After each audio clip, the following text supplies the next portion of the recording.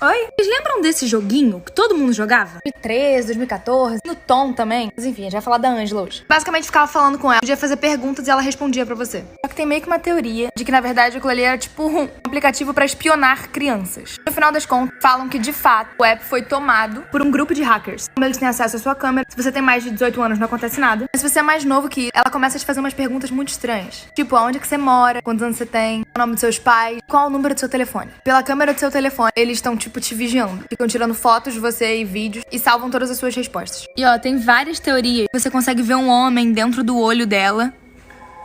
Uma vez foram testar isso. Uma menininha de mais ou menos uns 12 anos respondeu que ela tinha mais ou menos uns 30. E o gato, a Ângela, respondeu falando, não, isso é mentira, você tem mais ou menos uns 12. O que vocês acham? Oi, você lembra dessa música aqui?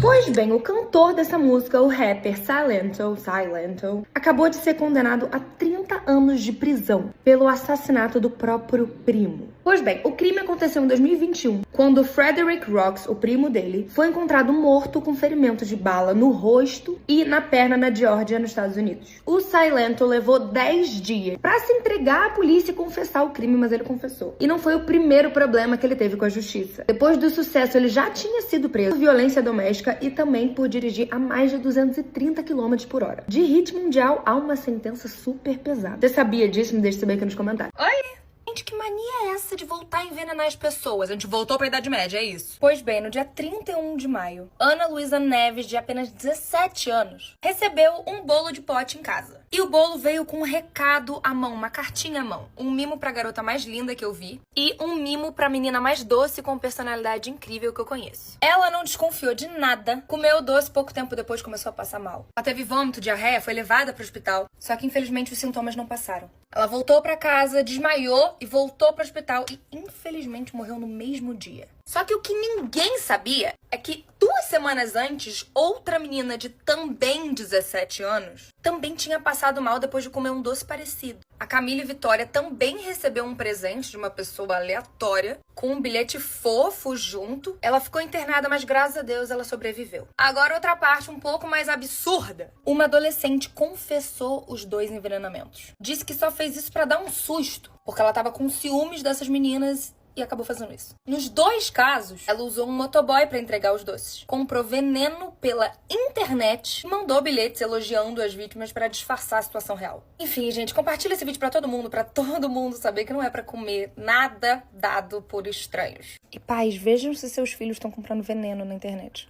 Oi? Você deixaria de viajar por conta de um mangá? Parece absurdo, mas turistas realmente estão cancelando as passagens pro Japão por conta de um quadrinho japonês. Tudo começou com Ryu Takisuki, um artista que diz transformar seus sonhos em histórias. E o mais bizarro, vários mangás desenhados nos anos 90 se tornaram realidade depois. Coisas grandes como o terremoto de Kobe, o tsunami de Fukushima em 2011, até a morte da princesa Diana, tava tudo no mangá. Inclusive a pandemia. Em 2021 foi lançada uma versão mais completa do mangá e descrevia um grande terremoto no Japão no dia 5 de julho de 2025. Coincidência ou premonição? O fato é que muita gente do Sudeste Asiático, da China e Tailândia começaram a cancelar ou remarcar as viagens que tinham pro Japão. A pergunta que fica, você levaria isso a sério? Me fala aqui, você viajaria mesmo assim ou mudaria os planos? Eu pedi pra Deus pra ele fechar a minha visão, porque eu via muita Vai se ferrar.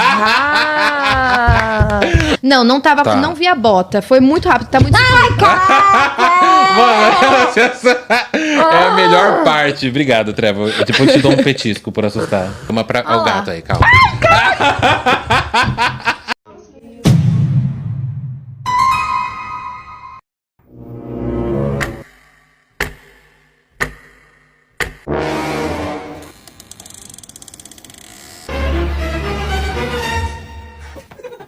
Gente, se eu sumir amanhã, eu quero que a minha arcada dentária esteja impecável. Eu já vi casos onde a única coisa que sobrou da vítima foi o dente do siso. Por isso a minha rotina começa aqui, com Oral-B 3D White. Depois vem o skincare, a base, o corretivo e, óbvio, uma olhada na câmera de segurança. Em Oral-B eu confio, meu dentista confia e até a perícia vai confiar. Oi? Hoje é sexta-feira 13, Mas por que esse dia virou sinônimo de azar e terror? A origem dessa superstição é antiga. Ela já junta duas coisas que sozinhas já eram consideradas ruins, sexta-feira e o dia 13. Na Idade Média, o número 13 era visto como sinal de desequilíbrio. Afinal, tudo era baseado em 12. 12 apóstolos, 12 meses, 12 signos e o 13 quebra essa ordem. A sexta-feira é considerado um dia negativo na tradição cristã, porque, segundo a Bíblia, foi numa sexta que Jesus foi crucificado. O que realmente popularizou a sexta-feira como um dia amaldiçoado foi o evento histórico em 1307. O rei da França ordenou a prisão em massa dos cavaleiros templários. Isso aconteceu numa sexta-feira, dia 13 de outubro. O tempo, cinema, TV, série ajudou a popularizar ainda mais esse medo. Principalmente com o filme Sexta-feira 13, de 1980, que eternizou o Jason como o ícone do terror. Seja história, cultura pop, religião, tudo isso juntou forças e transformou esse dia em um dos mais temidos do calendário. Mas você acredita nessa superstição ou acha que é só mais um... Lembra que eu fiz esse vídeo aqui? Falando sobre um atentado no show da Lady Gaga, que um cara foi preso, então ele foi solto. Pois é, o cara que foi preso com posse de uma arma ilegal, acusado de liderar um grupo extremista que queria atacar o público LGBTIAQPN+, crianças e adolescentes, pagou a fiança e saiu. O nome dele é Luiz Fabiano da Silva. Ele foi preso no Rio Grande do Sul em flagrante no dia do show. O grupo dele queria explodir bombas e transmitir tudo ao vivo. E ele até planejou em fazer um ritual macabro e até tirar a vida de uma criança. A prisão foi feita com base na lei antiterrorismo, mas a polícia acabou liberando ele com fiança no mesmo final de semana. Depois, ele não apareceu na audiência de custódia e acabou sendo preso novamente. Só que agora a prisão dele foi convertida em preventiva, então ele não pode mais pagar fiança. Enfim, bizarro, né? Um cara armado com plano de fazer um ataque terrorista para mais de 2 milhões de pessoas, né? Com discurso de ódio, incitação à violência, chegou a ser solto. Oi, ouve esse áudio comigo. Eu vou te dar um cara firmeza, meu Deus. Vai dar um cara firmeza. Tira a mão daqui, filha da puta. Matheus, por favor. Me dá meu celular, Rafael. Eu falei agora pro mato aí, coisa logo rápido, mano. Matheus, não me mata não, só deve pela minha costa, sei lá. Por favor, Matheus. Tá bom. Mano, é rápido, dá ela pro mato aí, dá-lhe.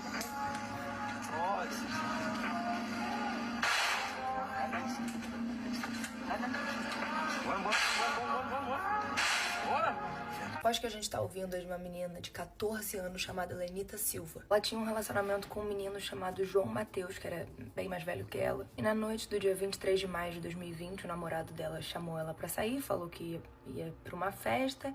E aí ela falou, vou com você. E foi. Dentro do carro tava o João Mateus, né, o namorado, mais 2 homens. E eles estavam indo numa estrada pra Praia Dourada. Eles pararam o carro numa rua escura, um lugar pouco movimentado. O Mateus apontou uma pra ela, mandou ela sair do carro. Ele deu 6 tiros nela. De acordo com a polícia, esse Mateus, ele era traficante ali da área e o pessoal tava falando que a menina de 14 anos era uma espécie de X9 e ordenaram que tirasse a vida dela. Graças a Deus eles foram presos, mas eles gravaram o que eles fizeram. Eles gravaram e publicaram tanto no Facebook quanto em grupos de WhatsApp. Vocês sabiam disso? Me deixe saber aqui nos comentários.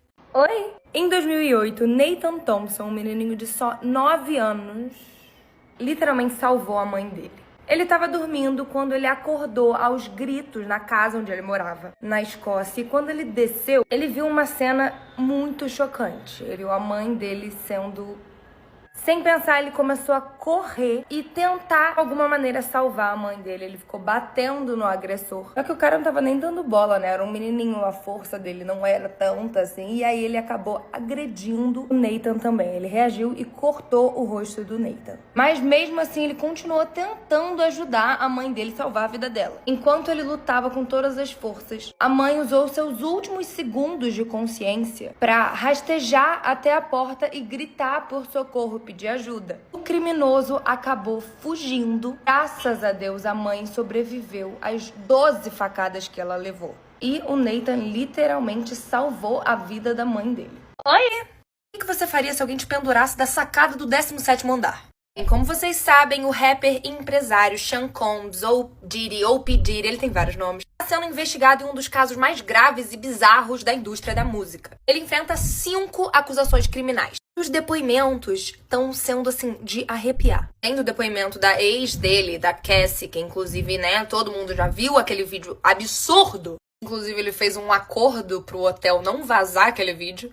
Mas, enfim, a designer de moda, Brianna Bangola, relatou que em 2016, quando ela foi visitar a Cassie Ventura, e a namorada acordaram com batidas na porta, assim, muito fortes, e o Diddy invadiu o local muito irritado. A Brianna pediu pra namorada dela se esconder no banheiro, ela foi pra sacada pra agir naturalmente. Mas não funcionou, porque o Diddy agarrou ela por trás, levantou ela e a pendurou do lado de fora da grade do 17º andar. Enquanto ela implorava, ele dizia: "Você sabe que você fez." Disse que ficou pendurada por mais ou menos 15 segundos. Depois ele arremessou ela contra os móveis da varanda. Os advogados, inclusive, apresentaram imagens, fotos de cortes, machucados, hematomas, olho roxo e um pescoço imobilizado com aquele colar cervical. Esse é apenas um dos depoimentos. A Cassie já tinha revelado anos de abuso, controlava ela, monitorava os lugares que ela estava, forçava ela a ter relações com outras pessoas, gravava ela tendo relações com outras pessoas e também drogava ela.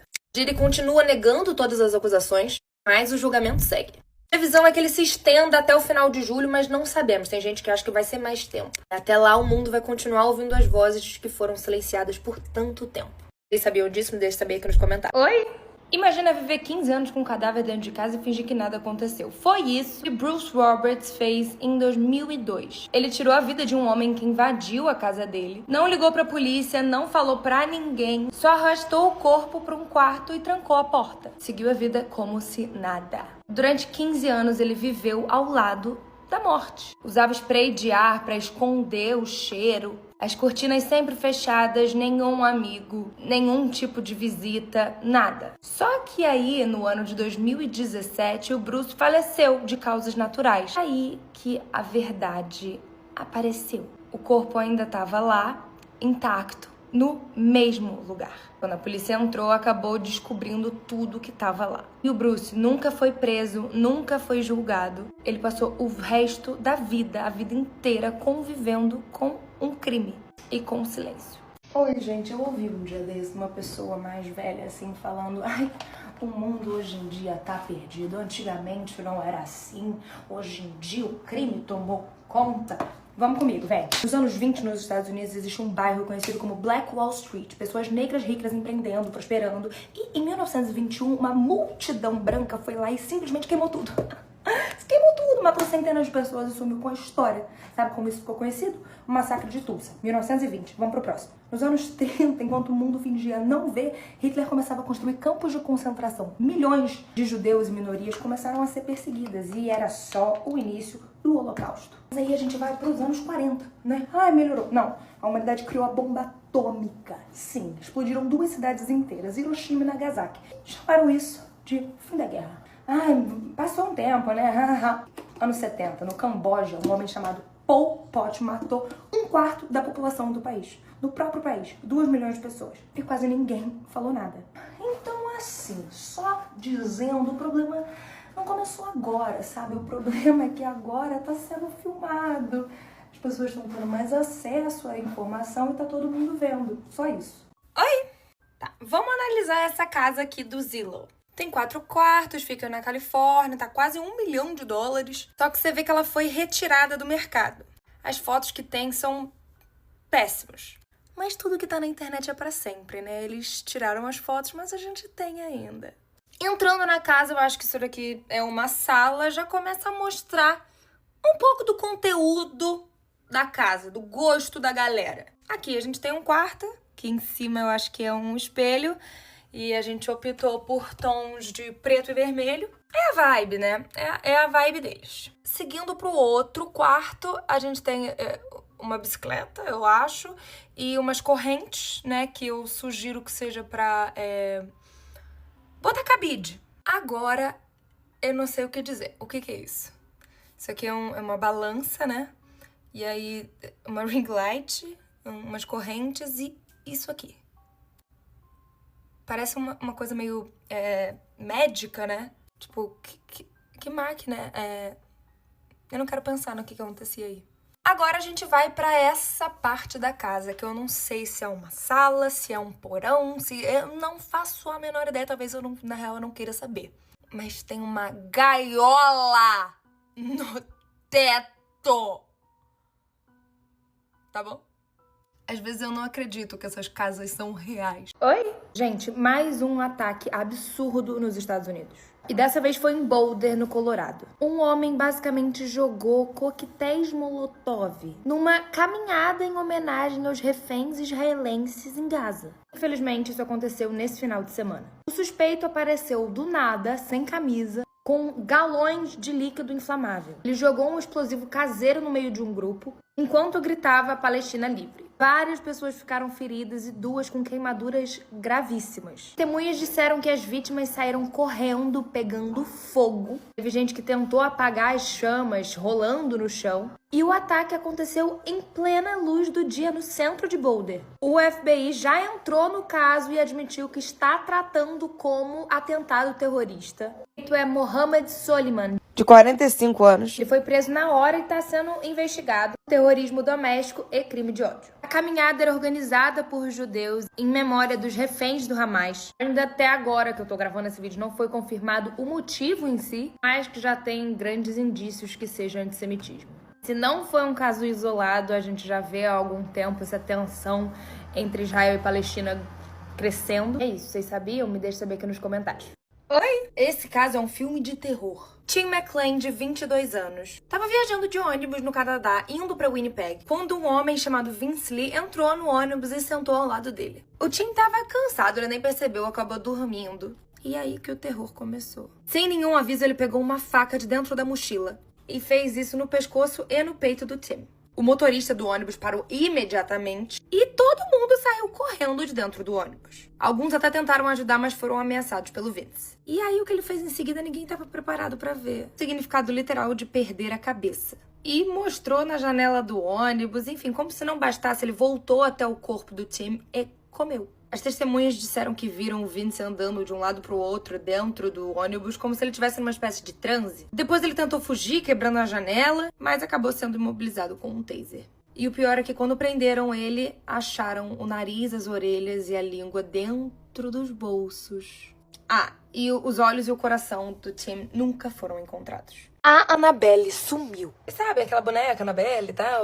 Amaldiçoada? Então, vocês ficaram sabendo que a boneca Annabelle tinha sumido? Pois bem, rolou uma verdadeira explosão de boatos na internet, dizendo que ela desapareceu durante uma excursão paranormal nos Estados Unidos. E o pior, isso aconteceu logo depois de um incêndio bizarro em um resort na Louisiana, que muita gente acabou ligando à boneca. Segundo os rumores, a Annabelle teria escapado enquanto era levada em uma turnê organizada pela NASPER, a mesma sociedade fundada pelos Warren, ou por Nova Orleans, e por aí que começaram a dizer que ela simplesmente sumiu. As pessoas juravam que ela não estava mais dentro da caixa. Mas calma, Dan River, investigador oficial da NASPER, apareceu num vídeo mostrando a Annabelle onde ela sempre esteve, trancada e guardada no Museu Oculto Warren, dentro da mesma caixa de vidro. A boneca nunca chegou a desaparecer de fato. Tudo não passou de um viral assustador da internet novamente. A real é que ela só foi levada para eventos especiais e com segurança e até com um padre abençoando a caixa. Mas essa história é mais uma que prova de como o medo ainda movimenta a curiosidade do mundo inteiro. Vocês teriam coragem de chegar perto da verdadeira Annabelle? Oi! Eu tô chocada. Gente, o Senado acabou de aprovar um projeto que muda tudo sobre a propaganda de apostas aqui no Brasil que a gente vem vendo. Influencers e atletas em atividades estão proibidos de divulgar esse tipo de casa de aposta. Tipo as famosas bets. O projeto foi aprovado no dia 28 de maio. E agora ele vai seguir para a Câmara dos Deputados. Aí se virar lei, já era. Nem publi, nem ação, nem campanha, nada.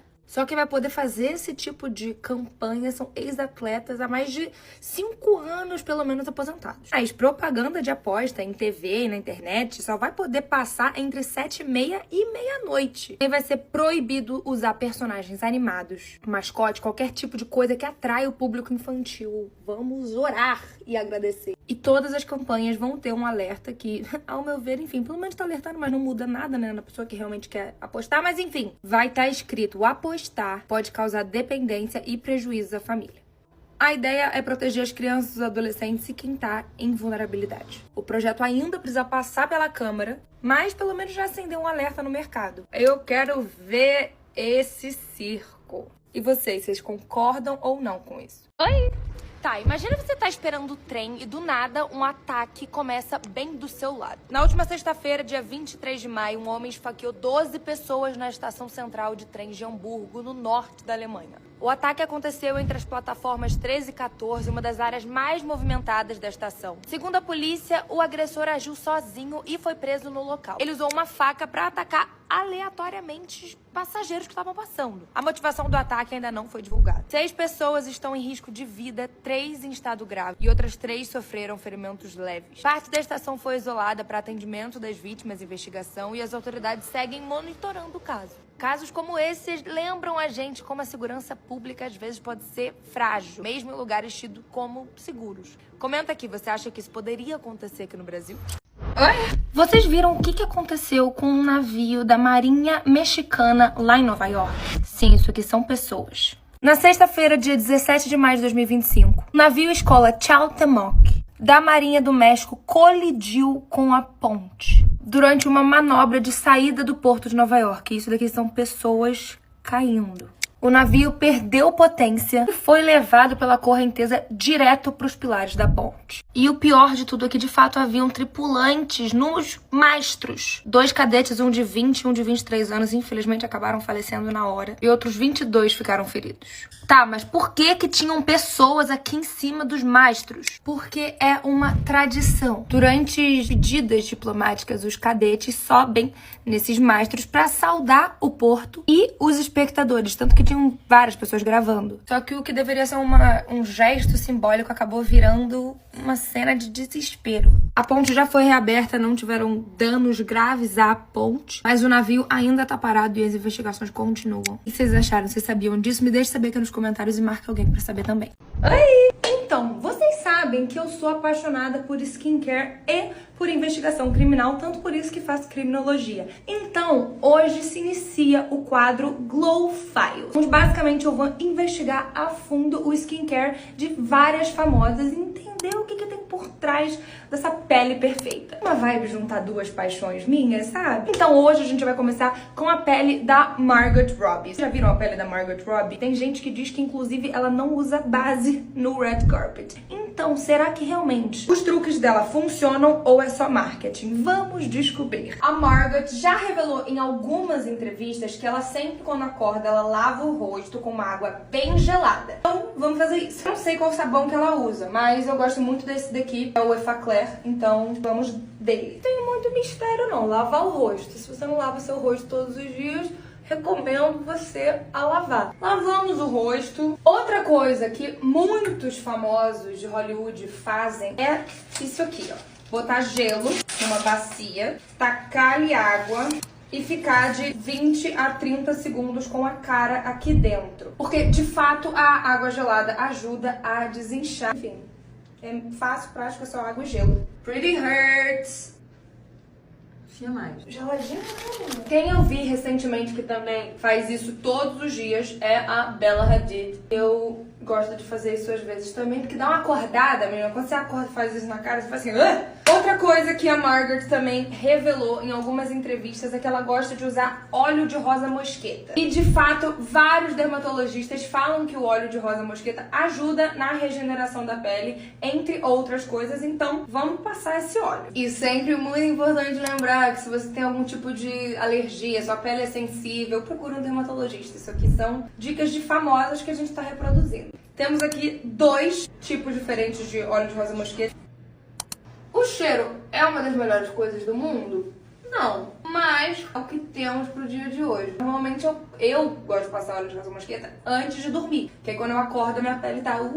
Ela diz que ela faz movimentos circulares no rosto. Aqui é o ponto de drenagem do rosto. A gente sempre leva pra cima. Lembrando que a sua pele, se ela for oleosa, pode dar uma piorada. Então, existem skincares e skincares. Nem tudo é pro seu tipo de pele. Enfim, gente, desvendando hoje o Glow Files de hoje da Margot Robbie é esse. Vamos ver os resultados, né? Porque skincare também não é um negócio que você passa no mesmo segundo, mudou a sua pele. E se vocês gostaram desse tipo de vídeo, querem mais, inclusive me deixem aqui recomendações de qual famosa você quer o próximo skincare, a próxima etapa de skincare. Beijo, tchau! Oi! Quando eu era criança, eu fui acampar com a minha família. Na primeira noite, ouvimos um barulho estranho e meu pai foi ver o que era. Ele encontrou um velho saco de dormir e muito lixo em volta. Achamos que poderia ser um acampamento abandonado de outras pessoas. Continuamos ouvindo barulhos nas noites seguintes, e eu comecei a ficar com muito medo. Uma noite, então, tive um sonho terrível de que um urso tinha invadido nossa barraca e estava lambendo e mordendo meus pés. Quando acordei e liguei a lanterna, vi um homem velho lambendo meus dedos. Depois de fazer contato visual, ele saiu correndo. Não sei até hoje se aquilo foi pesadelo ou se realmente aconteceu. O que vocês fariam nessa situação? Oi! Esse caso aqui eu me recuso a achar que ele é real, apesar de saber que ele é real. Você consegue imaginar o seu filho entrando no hospital com chances de sobreviver e sair de lá sem órgãos? Foi o que aconteceu com Paulo Pavese, um menino de 10 anos de idade que caiu de um brinquedo do prédio que ele morava em Minas Gerais. Ele bateu a cabeça, foi levado pro hospital e era pra dar tudo certo. Mas aí começaram os erros. Falta de atendimento, demora na cirurgia e depois uma morte cerebral declarada muito rápido. 2 dias depois ele teve os órgãos removidos, só que um pequeno detalhe, ele ainda estava vivo quando isso aconteceu. O pai estranhou a pressa do hospital, pediu a exumação e descobriu a verdade. O diagnóstico dele tinha sido forjado.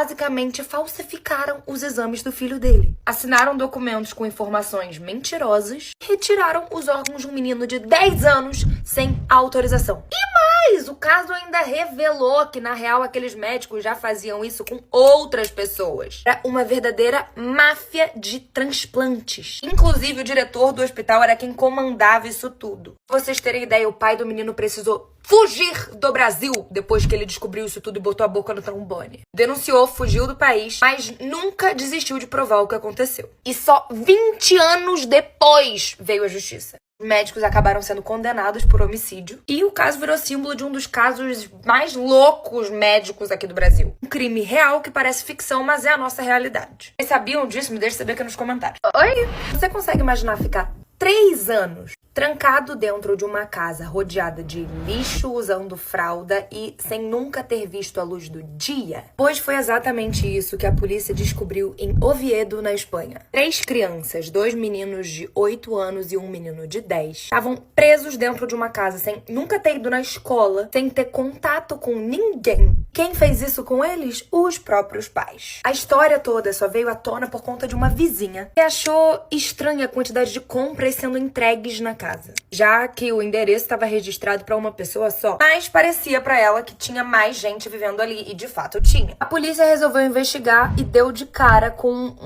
uma coisa que a imprensa chamou de Casa dos Horrores. As crianças viviam cercadas de lixo, fezes, remédios vencidos. Elas usavam fraldas, mesmo que, enfim, tivessem 8 e 10 anos de idade. Detalhe, cada uma delas usava até 3 máscaras cirúrgicas no rosto. E elas nunca tinham saído de casa desde 2021. O pai é um alemão de 53 anos e a mãe uma teuto-americana de 48. Disseram que fizeram isso para proteger os filhos do Covid. Mas a coisa foi tão longe que virou paranoica. Eles ficaram com tanto medo de serem descobertos que prenderam os filhos em casa por anos. Quando a polícia entrou, eles ficaram completamente em choque. As crianças não faziam ideia do que era o mundo lá fora. Uma delas, inclusive, ajoelhou no jardim e ficou tocando a grama como se fosse uma coisa mágica. Outra, inclusive, entrou em pânico ao ver um caracol. Hoje, os pais estão presos, né, e respondem por sequestro, maus tratos e abandono. As crianças estão sendo cuidadas, né, sob cuidado psicológico e recebendo, enfim, tratamento. Vocês sabiam disso? Me deixa saber aqui nos comentários.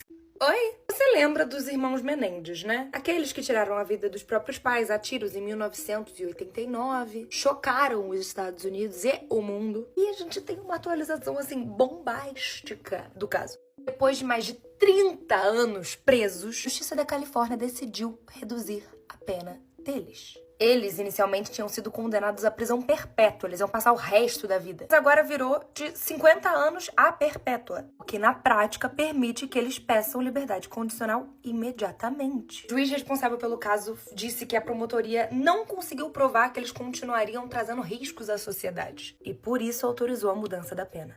Calma, que eles ainda estão presos. A audiência foi marcada para agora, dia 13 de junho. E aí sim eles podem ser soltos. Ou seja, depois de mais de 30 anos presos. E essa história tem muita gente que, enfim, acha que eles agiram por legítima defesa, digamos assim, que os pais eram abusivos, que o pai também tinha várias coisas em relação a abuso com eles. Mas enfim, Eric e Lyle Menendez podem estar um passo da liberdade. Eu nunca achei que eu ia falar isso. Enfim, vocês acham que eles devem ser soltos? Me deixem saber aqui nos comentários. Oi! Vocês sabem quem é Taylor Swift, né? E se eu te contar que ossos humanos foram encontrados perto da casa dela? Pois bem, a Taylor tem uma casa em Rhode Island. E a polícia descobriu restos humanos, ossos humanos, bem perto dali, e agora a polícia tá investigando tudo. Na manhã do dia 14 de maio, por volta das 9h30 da manhã, a polícia foi chamada por moradores de Westernly, uma cidade litorânea onde fica a casa de praia da Taylor. E eles encontraram o que parecia ser um osso de uma perna humana. E o local era, tipo assim, poucos quarteirões da casa da Taylor. Calma, que até agora não tem nenhum indício de que tenha sido um crime violento. Até agora. A polícia já disse que o caso tá sendo investigado, mas ainda não se sabe nem a identidade da vítima, como aquele osso foi parar ali, nada. O osso foi encaminhado para o Instituto Médico Legal em Rhode Island, que vai tentar identificar essa pessoa por DNA. E a Taylor nem em casa tava, de acordo com o TMZ, ela não vai lá há muito tempo, mas enfim, ali do lado da casa dela. Imagina se aconteceu alguma coisa. Enfim, volto com atualizações. Vocês sabiam disso? Me deixem saber aqui nos comentários.